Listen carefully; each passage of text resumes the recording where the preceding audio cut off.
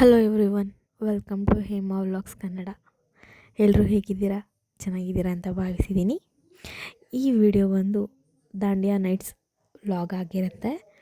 So ಇವತ್ತು dandiya nights event ಇತ್ತು. So ಹಾಗಾಗಿ ಸಂಜೆ ಒಂದು 4 ಗಂಟೆಗೆ ಹೊರಟ್ವಿ. ಯಾಕಂತಂದರೆ ಡ್ಯಾನ್ಸ್ ಕ್ಲಾಸಲ್ಲಿ ಒಬ್ಬರಿಗೆ ಕಾಸ್ಟ್ಯೂಮ್ ಕೊಡಬೇಕಿತ್ತು, ಹಾಗೆ ಮೇಕಪ್ ಮಾಡಬೇಕಿತ್ತು. ಸೊ ಅದಕ್ಕೆ ಬೇಗ ಹೊರಟ್ವಿ. ದೆನ್ ಇದು ನಮ್ಮ ಡ್ಯಾನ್ಸ್ ಕ್ಲಾಸ್, ಅಂದರೆ MG ರೋಡ್ ಮೇನ್ ಬ್ರ್ಯಾಂಚ್ ಇದು ನಮ್ಮದು ಇನ್ನೂ ತುಂಬ ಬ್ರಾಂಚಸ್ ಇದೆ, ಶಿರಗೇಟ್, ಬಟ್ವಾಡಿ, ಯಲ್ಲಾಪುರ. ಸೊ ಇದು ಒಂದು ಮೇನ್ ಬ್ರ್ಯಾಂಚ್. ಕಾಸ್ಟ್ಯೂಮ್ಸ್ ಎಲ್ಲ ಯಾರಾದರೂ ರೆಂಟಿಗೆ ತೊಗೊಳೋದಿದ್ರೆ ಇಲ್ಲೇ ಬಂದು ತೊಗೋತಾರೆ.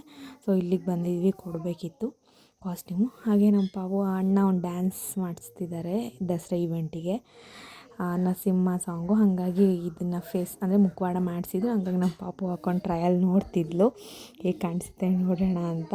ಬಟ್ ಸಕ್ಕತ್ತಾಗಿ ಮಾಡಿದ್ರು. ಒಬ್ಬರು ಡ್ರಾಯಿಂಗ್ ಸರ್ ಇದ್ದಾರೆ, ತುಂಬ ಅಂದರೆ ತುಂಬ ಸಕ್ಕತ್ತಾಗಿತ್ತು. ದೆನ್ ಹಾಗೆ ಫಿನಿಶಿಂಗ್ ಹಂಗೆ ತುಂಬ ಚೆನ್ನಾಗಿ ಮಾಡಿಕೊಟ್ಟಿದ್ರು. ದೆನ್ ನೆಕ್ಸ್ಟ್ ಅದೇ ಕಾಸ್ಟ್ಯೂಮ್ ಇಸ್ಕೊಂಡು ಹೋಗಿ ಬರ್ತಾರೆ ಅಂತ ಹೇಳಿದ್ನಲ್ಲ. ಸೊ ಹಾಗಾಗಿ ಅವ್ರು ಬಂದಿದ್ದರು. ಅಲ್ಲೇ ಕಾಸ್ಟ್ಯೂಮು, ಜ್ಯುವೆಲ್ಸ್ ಎಲ್ಲ ವೇರ್ ಮಾಡಿಕೊಂಡು ಮೇಕಪ್ ಮಾಡಿಸ್ಕೊಳಕ್ಕೆ ಬಂದರು.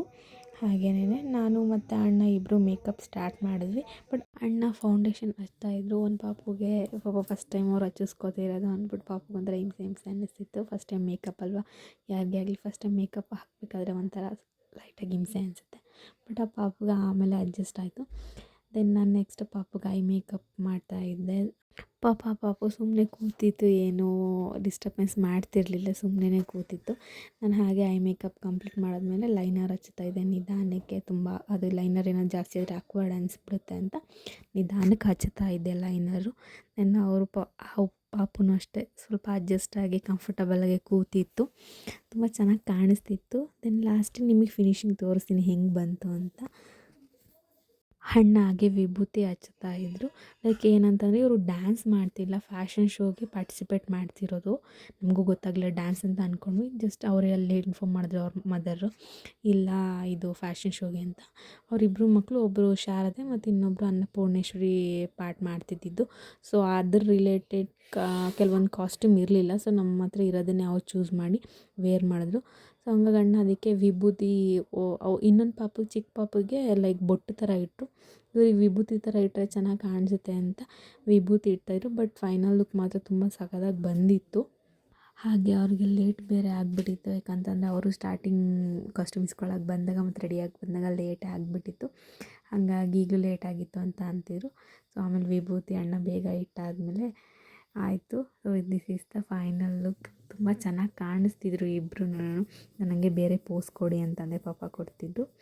ದೆನ್ ಇದು ಮುಗಿಸ್ಕೊಂಡು ನೆಕ್ಸ್ಟ್ ನಾವು ನಮಗೂ ಅಷ್ಟೇ ತುಂಬ ಲೇಟ್ ಆಗಿಬಿಟ್ಟಿತ್ತು. ಹಾಗಾಗಿ ನಾವು ಅರ್ಜೆಂಟಲ್ಲಿ ಹೋಗ್ತಿದ್ವಿ. ಆನ್ ದಿ ವೇ ಹೋಗ್ಬೇಕಾರಂತೂ ಗೊತ್ತಲ್ಲ ಟ್ರಾಫಿಕ್, ಅದೆಲ್ಲ ಮುಗಿಸ್ಕೊಂಡು ಬಂದ್ವಿ. ನಾವು ಸ್ಟಾರ್ಟ್ ಆಗಿರುತ್ತೆ ಅಂತ ಅಂದ್ಕೊಂಡಿದ್ವಿ, ಬಟ್ ಇನ್ನೂ ಸ್ಟಾರ್ಟ್ ಆಗಿರಲಿಲ್ಲ. ಯಾಕಂದರೆ ಇನ್ನೂ ಯಾರೂ ಬಂದಿರಲಿಲ್ಲ. ಹಾಗಾಗಿ ಯಾಕಂದರೆ ಈವೆಂಟ್ ಇದ್ದಿದ್ದು 6:30 ಹಂಗೆ ಮೆನ್ಷನ್ ಮಾಡಿದ್ರು. ನಾವು ಹೋಗೋಷ್ಟರಲ್ಲಿ 7:30 ಆಗಿಬಿಟ್ಟಿತ್ತು. ಸೊ ಇನ್ನೂ ಸ್ಟಾರ್ಟ್ ಆಗಿರಲಿಲ್ಲ. ಹಾಗಾಗಿ ಸ್ವಲ್ಪ ಹೊತ್ತೆಲ್ಲ ವೆಯ್ಟ್ ಮಾಡಿದ್ವಿ. ಸೊ ಸ್ನ್ಯಾಕ್ಸ್ ಎಲ್ಲ ಇತ್ತು, ಸೊ ಅದನ್ನೆಲ್ಲ ತಿಂದ್ಕೊಂಡು ಕೂತಿದ್ವಿ. ಒಂದು 15 to 20 ಮಿನಿಟ್ಸಲ್ಲಿ ಸ್ಟಾರ್ಟ್ ಆಯಿತು. ದೇವರ ಪ್ರಾರ್ಥನೆಯಿಂದ ಈವೆಂಟ್ ಸ್ಟಾರ್ಟ್ ಆಯಿತು. ಎಲ್ಲ ಒಬ್ಬೊಬ್ಬರು ಬಂದಿದ್ದರು. ಸೊ ಹಂಗಾಗಿ ಈವೆಂಟ್ ಸ್ಟಾರ್ಟ್ ಮಾಡಿಬಿಟ್ಟಿದ್ರು, ಆಮೇಲೆ ಎಲ್ಲ ಜಾಯಿನ್ ಆಗ್ತಾರೆ ಅಂತ. ಸೊ ಹಾಗೆ ಒಬ್ಬೊಬ್ಬರೇ ಬರ್ತಿದ್ರು. ಮಕ್ಕಳೆಲ್ಲ ಅವ್ರವ್ರ ಮಕ್ಕಳೆಲ್ಲ ನಿಂತ್ಕೊಂಡು ಫೋಟೋಸ್ ಎಲ್ಲ ತೆಗೆಸ್ಕೊತಿದ್ರು. ಲೈಕ್ ತುಂಬ ಇನ್ನೋವೇಟಿವ್ ಆಗಿ ಸಿಂಪಲ್ಲಾಗಿ ತುಂಬ ಸಕ್ಕತ್ತಾಗಿ ರೆಡಿ ಮಾಡಿದರು. ಹಾಗೆ ಎಲ್ಲ ಒಬ್ಬೊಬ್ಬರೇ ಬಂದು 5 ಮಿನಿಟ್ಸಲ್ಲಿ ಈವೆಂಟ್ ಸ್ಟಾರ್ಟ್ ಆಗುತ್ತೆ ಅಂತ ಸೊ ಅನೌನ್ಸು ಮಾಡಿದರು. Dance academy in Tumakuru. So thank you so much for gracing here, and also everyone please make a circle, big circle. We have choreographers at the center, please make a big circle. Ladies, you can. Then dandiya event ಕೋಲಾಟ start ಆಯಿತು. ನೀವು ಕೇಳ್ಬೋದು, ಇದನ್ನು ನೀವು ಹೇಳ್ಕೊಟ್ಟಿರೋದಾ ಅಥವಾ ನೀವೇನಾದರೂ choreography ಇದು ಮಾಡಿರೋದಾ ಅಂತ. ಇಲ್ಲ, ಆ್ಯಕ್ಚುಲಿ ಇವರಲ್ಲಿ ಒಂದು 10 ಮೆಂಬರ್ಸ್ ಬಂದು ನಮ್ಮ ಡ್ಯಾನ್ಸ್ ಕ್ಲಾಸಿಗೆ ಬರ್ತಾರೆ. ಸೊ ಇವರೆಲ್ಲ ಯಾರು ಅಂತಂದರೆ ಇವರೆಲ್ಲ ಡಾಕ್ಟರ್ಸ್, ಗೈನಕಾಲಜಿಸ್ಟ್ ಇದ್ದಾರೆ. ಒಬ್ಬೊಬ್ಬರು ಒಂದೊಂದು ಸ್ಪೆಷಲಿಸ್ಟ್ ಇದ್ದಾರೆ. ಸೊ ಇವರೆಲ್ಲ ಬಂದು 80% ಎಲ್ಲ ಡಾಕ್ಟರ್ಸು. ಇನ್ನು ಬಾಕಿ ಇರೋರೆಲ್ಲ ಅವ್ರ ಫ್ಯಾಮಿಲೀಸ್ ಇವರು. ಸೊ ಹಾಗಾಗಿ ನಮ್ಮ ಅಣ್ಣ ಡ್ಯಾನ್ಸ್ ಕ್ಲಾಸ್ಗೆ 10 ಮೆಂಬರ್ಸ್ ಗೈನಕಾಲಜಿಸ್ಟ್ ಬರ್ತಾರೆ. ಸೊ ಅವರ ಗ್ರೂಪಿಂದ ಈ ದಾಂಡಿಯಾ ಈವೆಂಟ್ ಸೆಲೆಬ್ರೇಟ್ ಮಾಡ್ತಿರೋದು. ಇದು ಆನ್ ಸ್ಪಾಟ್ ಕೊರಿಯೋಗ್ರಫಿ ಆಗಿರುತ್ತೆ. ದಾಂಡಿ ಅಂದರೆ ನಿಮಗೆ ಗೊತ್ತು, ಪ್ರಾಕ್ಟೀಸ್ ಮಾಡಿ ಯಾವುದು ಮಾಡೋ ಅಂಥದ್ದಲ್ಲ. ಆನ್ ಸ್ಪಾಟ್ ಕೊರಿಯೋಗ್ರಫರ್ಸ್ ಯಾರು ಇರ್ತಾರೆ ಅಥವಾ ಯಾರು ದಾಂಡಿಯಾ ಹೇಳಿ ಮಾಡಿಸ್ತಿರ್ತಾರೆ, ಅಲ್ಲಿ ಆನ್ ಸ್ಪಾಟ್ ಮಾಡೋ ಅಂಥದ್ದು. ಸೊ ನಮ್ಮ ಅಣ್ಣವ್ರಿಗೆ ಹೇಳಿದ್ರು ಅವರು, ಕ್ಲಾಸಿಗೆ ಬರ್ತಿದ್ರು ಸರ್ ಹಿಂಗೆ ಬನ್ನಿ ಅಂತ. ಸೊ ಅಲ್ಲಿ 3 to 4 ಇಯರ್ಸಿಂದನೂ ಹೋಗ್ತಿದ್ದಾರೆ ಈ ಈವೆಂಟಿಗೆ. ತುಂಬ ಚೆನ್ನಾಗಿ ಮಾಡ್ತಾರೆ. ಯಾರು ಈಗ ತುಂಬ ಏಜ್ಡ್ ಪರ್ಸನ್ಸು ಇದ್ದಾರೆ, ಬಟ್ ಅವ್ರು ಈ ಈವೆಂಟ್ ಅಂತ ಸೇರಿದಾಗ ಯಾರು ನಾವು ಚಿಕ್ಕವರು ದೊಡ್ಡವರು ಏನು ಅನ್ಕೋತಾರೆ ಆ ಥರ ಏನೂ ಫೀಲೇ ಬರಲ್ಲ. ಎಲ್ಲರೂ ಖುಷಿ ಖುಷಿಯಿಂದ ಸೆಲೆಬ್ರೇಟ್ ಮಾಡ್ತಾರೆ. ಆ್ಯಕ್ಚುಲಿ ಈ ದಾಂಡಿಯಾ ಈವೆಂಟಿಗೆ ನಾನು ಫಸ್ಟ್ ಟೈಮ್ ಅಟೆಂಡ್ ಆಗಿದ್ದು. ಲೈಕ್ ಕೇಳಿದ್ದೀನಿ ದಾಂಡಿಯಾ ಈವೆಂಟ್ ಈ ಥರ ಇರುತ್ತೆ ಅಂತ, ಬಟ್ ನೋಡಿ ಡೈರೆಕ್ಟಾಗೆ ಹೋಗಿ ಈ ಥರ ಎಲ್ಲ ಈವೆಂಟ್ ಅಟೆಂಡ್ ಮಾಡಿಲ್ಲ. ಮೊಬೈಲಲ್ಲಿ ರೀಲ್ಸ್ ಆ ಥರ ನೋಡಿದ್ದೀನಿ, ಬಟ್ ಡೈರೆಕ್ಟಾಗಿ ಅಟೆಂಡ್ ಮಾಡಿದ್ದು ನಾನು ಫಸ್ಟ್ ಟೈಮ್. ಎಕ್ಸ್ಪೀರಿಯೆನ್ಸ್ ಮಾತ್ರ ತುಂಬ ಚೆನ್ನಾಗಿತ್ತು. ಎಲ್ಲರ ಮಧ್ಯೆ ಯಾರ್ಯಾರು ಅಂತಲೇ ಗೊತ್ತಿಲ್ಲ, ನಮ್ಗೆ ಗೊತ್ತಿರೋರು 3-4 ಜನ, ಬಟ್ ಗೊತ್ತಿಲ್ಲದಿರೋರ ಮಧ್ಯೆ ನಾವು ಈ ಥರ ಈವೆಂಟ್ ಅಟೆಂಡ್ ಮಾಡಿಕೊಂಡು ಲೈಕ್ ಒಂಥರ ತುಂಬ ಚೆನ್ನಾಗಿತ್ತು ಫಸ್ಟ್ ಎಕ್ಸ್ಪೀರಿಯೆನ್ಸ್ ಎಲ್ಲ. ಹಂಗಾಗಿ ತುಂಬ ಚೆನ್ನಾಗಿತ್ತು. ಆ ಮಕ್ಕಳು ಡ್ಯಾನ್ಸ್ ಆಡ್ತಿದ್ದು ನೋಡಿ ತುಂಬ ಖುಷಿ ಅನಿಸುತ್ತೆ. ನನ್ನ ಮಗಳು ಬಂದಿದ್ಲು, ಅವಳು ಡ್ಯಾನ್ಸ್ ಮಾಡ್ತಿದ್ಲು ಅವ್ರಗಳ ಮಧ್ಯೆ. ಹಾಗೆ ಅಲ್ಲಿ ಸಿಂಗಲ್ ಡ್ಯಾನ್ಸ್ ಮಕ್ಳಿಗೂ ಮಾಡಿಸ್ತಿದ್ರು. ದೆನ್ ಕಪಲ್ ಡ್ಯಾನ್ಸ್, ಇನ್ನು ಕಪಲ್ಸ್ ಒಂದು ತುಂಬ ಜನ ಇದ್ದರು, ಕಪಲ್ಸ್ಗೂ ಹಂಗೆ ಸಪ್ರೇಟ್ ಮಾಡಿಸ್ತಿದ್ರು. ಬಟ್ ಈವೆಂಟ್ ಫುಲ್ ತುಂಬ ಚೆನ್ನಾಗಿತ್ತು. ಲೈಕ್ ನನಗೆ ಒಂದು ಅನ್ನಿಸ್ತು, ದಾಂಡಿಯಾ ನೈಟ್ಸ್ ಹಂಗಂದರೆ ಏನು, ಯಾಕೆ ಇದು ಮಾಡ್ತಾರೆ ಅನ್ನೋದು ಆ್ಯಕ್ಚುಲಿ ನನಗೂ ಗೊತ್ತಿರಲಿಲ್ಲ. ಲೈಟಾಗಿ ಸ್ವಲ್ಪ ತಿಳ್ಕೊಂಡಿದ್ದೆ, ಅದು ಬಿಟ್ಟು ತುಂಬ ಡೀಟೇಲಾಗಿ ಗೊತ್ತಿರಲಿಲ್ಲ. ಬಟ್ ಈಗ ತಿಳ್ಕೊಂಡಿದ್ದೀನಿ. ದಾಂಡಿಯಾ ರಾತ್ರಿ, ದಾಂಡಿಯಾ ನೈಟ್ಸ್, ಈ ಹಬ್ಬವನ್ನು ವಿಶೇಷವಾಗಿ ನವರಾತ್ರಿ ಟೈಮಲ್ಲೇ ಆಚರಿಸ್ತಾರೆ.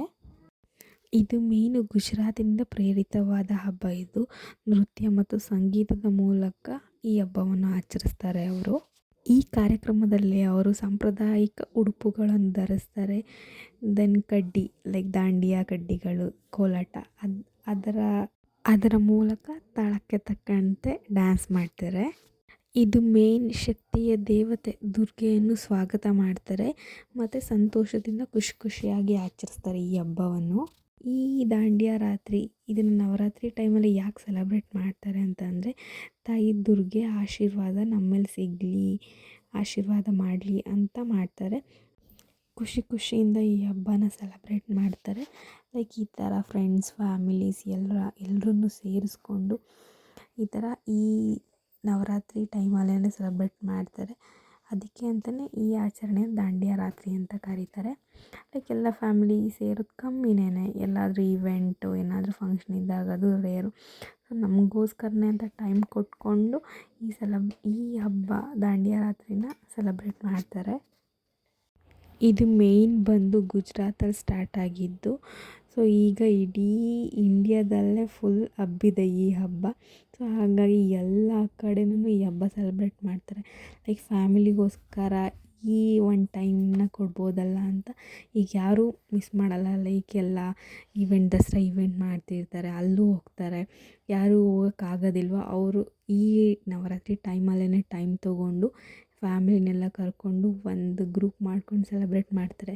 ಸೊ ಫ್ಯಾಮಿಲಿಗೂ ಟೈಮ್ ಕೊಡಬೇಕಲ್ವ, ಹಾಗಾಗಿ ಈ ಥರ ಸೆಲೆಬ್ರೇಟ್ ಮಾಡ್ತಾರೆ.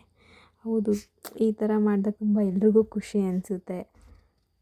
ನೀವಲ್ಲಿ ನೋಡ್ಬೋದು ಕಪಲ್ಸ್ ಡ್ಯಾನ್ಸ್ ಬಂತು. ಲೈಕ್ ನೋಡಿ ಎಷ್ಟು ಖುಷಿಯಾಗಿ ಮಾಡ್ತಿದ್ರು. ಎಲ್ಲ ಸ್ವಲ್ಪ ಏಜ್ಡ್ ಪರ್ಸನ್ಸೇ, ಬಟ್ ಅವ್ರ ಫ್ಯಾಮಿಲಿಗೆ ಎಲ್ಲ ಟೈಮ್ ಕೊಟ್ಕೊಂಡು, ಕಪಲ್ಸ್ ಆಗಿರಲಿ ಸಿಂಗಲ್ಸ್ ಆಗಿರಲಿ, ಅಲ್ಲಿ ಕೆಲವೊಬ್ಬರು ನೋಡ್ಬೋದು ನೀವು ಸ್ವಲ್ಪ ಏಜ್ಡ್ ಪರ್ಸನ್ಸ್ ಇದ್ದಾರೆ, ಅಂದರೂ ಎಷ್ಟು ಖುಷಿಯಿಂದ ಮಾಡ್ತಿದ್ದಾರೆ. ಲೈಕ್ ಈಗಿನ ಹುಡುಗಿರಿಗೆ ಕೆಲವೊಂದು ನಮಗೆ ಅನಿಸುತ್ತೆ ಏನಪ್ಪ ಹಿಂಗೆ ಅಂತ, ಬಟ್ ಅವ್ರು ಅದೇನೋ ಎಜಿಟೇಷನ್ ಪಟ್ಕೊಳ್ದಲೇ ಖುಷಿಯಿಂದ ಡ್ಯಾನ್ಸ್ ಮಾಡ್ತಾರೆ. ಇದು ನಮ್ಮ ಟೈಮು ಅಂತ ತಗೊಂಡು ಲೈಕ್ ಖುಷಿಯಿಂದ ಈ ಹಬ್ಬನ ಸೆಲೆಬ್ರೇಟ್ ಮಾಡ್ತಾರೆ. ಸೊ ನನಗೆ ಈ ಒಂದು ಆಪರ್ಚುನಿಟಿ ಸಿಕ್ಕಿದ್ದು ನನಗೆ ತುಂಬ ಖುಷಿ ಅನಿಸ್ತು. ಯಾಕಂತಂದರೆ ನಂದು ಫಸ್ಟ್ ಟೈಮ್ ಅಲ್ವಾ ಈವೆಂಟ್ ಅಟೆಂಡ್ ಮಾಡಿದ್ದು, ಹಾಗಾಗಿ ತುಂಬ ಒಂಥರ ಫೀಲ್ ಆಯಿತು. ನೀವು ಇಲ್ಲಿ ನೋಡ್ಬೋದು, ಇಲ್ಲೇ ಅಣ್ಣ ಜೊತೆ ಎಲ್ಲ ಡ್ಯಾನ್ಸ್ ಮಾಡ್ತಿರೋರು ಎಲ್ಲ ಗೈನಕಾಲಜಿಸ್ಟ್. ನೀವು ಇಲ್ಲಿ ನೋಡ್ಬೋದು, ಇಲ್ಲಿ ಡ್ಯಾನ್ಸ್ ಮಾಡ್ತಿರೋರೆಲ್ಲ ನಾನು ಆವಾಗಲೇ ಹೇಳಿದಾಗೆ ಗೈನಕಾಲಜಿಸ್ಟ್. ಅಂದರೆ 10 ಜನ ಬರ್ತಾರೆ ಅಂದರೆ ಕ್ಲಾಸಿಗೆ, ಅದರಲ್ಲಿ ಒಂದು 5 ಮೆಂಬರ್ಸ್ ಅಟೆಂಡ್ ಆಗಿಲ್ಲ ಈವೆಂಟ್ಗೆ. ಸೊ ಅವರಿಗೆ ಡ್ಯಾನ್ಸ್ ಹೇಳ್ಕೊಟ್ಟಿದ್ರು, ಕ್ಲಾಸಲ್ಲಿ ಕೊರಿಯೋಗ್ರಫಿ ಮಾಡಿದ್ದು. ಸೊ ಅಲ್ಲಿ ಪರ್ಫಾರ್ಮೆನ್ಸ್ ಮಾಡ್ತಿದ್ದಾರೆ. ಲೈಕ್ ನನ್ನ ಸಾಂಗ್ ಹಾಕೋ ಆಗಿಲ್ಲ, ನಿಮಗೆ ಗೊತ್ತು ಕಾಪಿರೈಟ್ ಇದು ಬರುತ್ತೆ ಅಂತ, ಹಾಗಾಗಿ ವಿಡಿಯೋ ಮಾತ್ರ ಹಾಕಿದ್ದೀನಿ. ಹಾಗೆ ನನ್ನ ಮಗಳೂ ಅಲ್ಲೇ ಅವ್ರನ್ನ ನೋಡಿಕೊಂಡು ಹಂಗೆ ಮ್ಯಾನೇಜ್ ಮಾಡ್ಕೊಂಡು ಡ್ಯಾನ್ಸ್ ಮಾಡ್ತಿದ್ಲು. ಆ್ಯಕ್ಚುಲಿ ಅವಳಿಗೆ ಸ್ಟೆಪ್ ಏನೂ ಗೊತ್ತಿಲ್ಲ, ಬಟ್ ಅಲ್ಲೇ ಅವ್ರನ್ನ ನೋಡ್ಕೊಂಡು ಪಿಕಪ್ ಮಾಡ್ಕೊಂಡು ಮಾಡ್ತಿದ್ಲು. ಆಲ್ಮೋಸ್ಟ್ ಅವರು 3 to 4 ಅವರ್ಸಿಂದ ಡ್ಯಾನ್ಸ್ ಮಾಡ್ತಾನೇ ಇದ್ದರು. ನೀವು ಅಲ್ಲಿ ನೋಡ್ಬೋದು.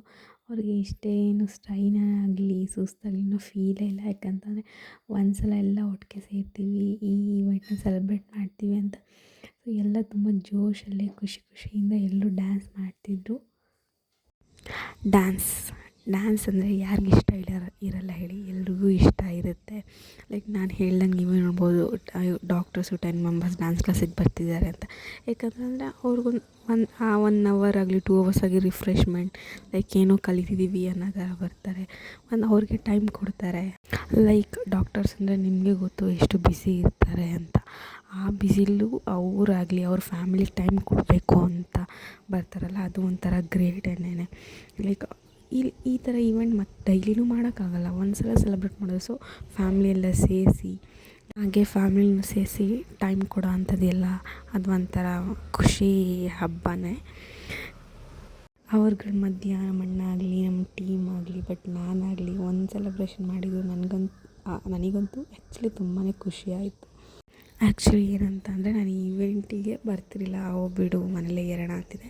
ಬಟ್ ಲಾಸ್ಟ್ ಮೂಮೆಂಟಲ್ಲಿ ನಾನು ಬಂದಿದ್ದು ಬರಬೇಕಾದ್ರೆ ಅಣ್ಣನ ಜೊತೆ.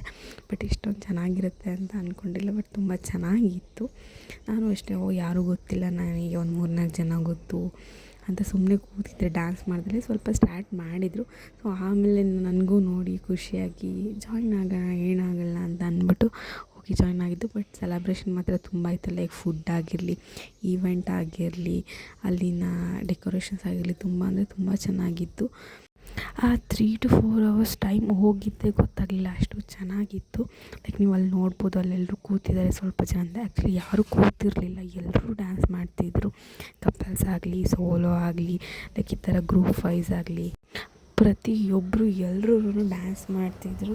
ಲೈಕ್ ನಮ್ಮ ಟೈಮ್ ಅಂತ ತೊಗೊಂಡು ಎಲ್ಲ ಡ್ಯಾನ್ಸ್ ಮಾಡ್ತಿದ್ರು. ನೋಡ್ಬೋದು ಇಲ್ಲಿ ಅವ್ರು ನೋಡುತ್ತಿದ್ರೆ ಒಂಥರ ಖುಷಿ ಆಗುತ್ತೆ. ನಮ್ಮ ಟೈಮಿಗೆ ನಾವು ಮಾಡೋಣ, ನಮ್ಮ ಈವೆಂಟ್ ಇದು ಅಂತ ಎಲ್ಲ ಡ್ಯಾನ್ಸ್ ಪರ್ಫಾಮೆನ್ಸನ್ನ ಮಾಡ್ತಿರಲ್ಲ, ಅದು ನೋಡೋಕ್ಕೆ ತುಂಬ ಖುಷಿ ಆಗುತ್ತೆ.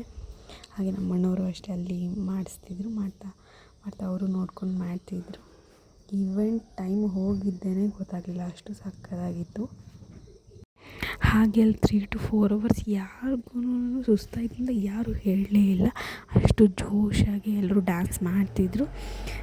ಅಣ್ಣ ಏನು ಹೇಳ್ಕೊಡ್ತಿದ್ರು ಅದನ್ನು ಹಾಗೆ ಎಷ್ಟೇ ಒಂದು ಕಷ್ಟ ಸ್ಟೆಪ್ ಆಗಲಿ ಟ್ರೈ ಮಾಡ್ತಿದ್ರು, ಈಸಿದಾಗಲಿ ಎಲ್ಲರೂ ಅಷ್ಟೇ ಜೋಶಲ್ಲಿ ಡ್ಯಾನ್ಸ್ ಮಾಡ್ತಿದ್ರು. ಈವನ್ ಲೇಡೀಸ್ ಆಗಿರ್ಬೋದು, ಜೆಂಟ್ಸ್ ಆಗಿರ್ಬೋದು, ಮಕ್ಕಳಾಗಿರ್ಬೋದು, ಯಾರಿಗೂ ಸುಸ್ತೂ ಫೀಲೇ ಆಗಿಲ್ಲ. ಬಟ್ ಅದು ನೋಡೋಕ್ಕೆ ತುಂಬ ಖುಷಿ ಅನ್ನಿಸ್ತು. ಸೊ ಇವತ್ತಿನ ಈ ವ್ಲಾಗ್ ಬಂದು ದಾಂಡಿಯಾದಾಗಿತ್ತು. ಬಟ್ ಎಕ್ಸ್ಪೀರಿಯೆನ್ಸ್ ಮಾತ್ರ ತುಂಬ ಅಂದರೆ ತುಂಬ ಚೆನ್ನಾಗಿತ್ತು. ನೆಕ್ಸ್ಟ್ ಇಯರ್ ಇದೇ ಎಕ್ಸ್ಪೀರಿಯೆನ್ಸ್ ಸಿಕ್ಕಿದ್ರೆ ನಾನಂತೂ ಮಿಸ್ಸೇ ಮಾಡಲ್ಲ, ಖಂಡಿತವಾಗೂ ಈ ಈವೆಂಟ್ನ ಅಟೆಂಡ್ ಆಗ್ತೀನಿ ಅಣ್ಣನ ಜೊತೆ. ಬಟ್ ಈ ಎಕ್ಸ್ಪೀರಿಯೆನ್ಸ್ ನನಗೆ ತುಂಬ ಖುಷಿ ಆಯಿತು. ಸೊ ಈ ವಿಡಿಯೋ ನಿಮಗೆ ಇಷ್ಟ ಆಗಿದ್ದರೆ ಲೈಕ್ ಮಾಡಿ, ಶೇರ್ ಮಾಡಿ, ಸಬ್ಸ್ಕ್ರೈಬ್ ಮಾಡಿ ಹಾಗೂ ಸಪೋರ್ಟ್ ಮಾಡಿ. Thank you.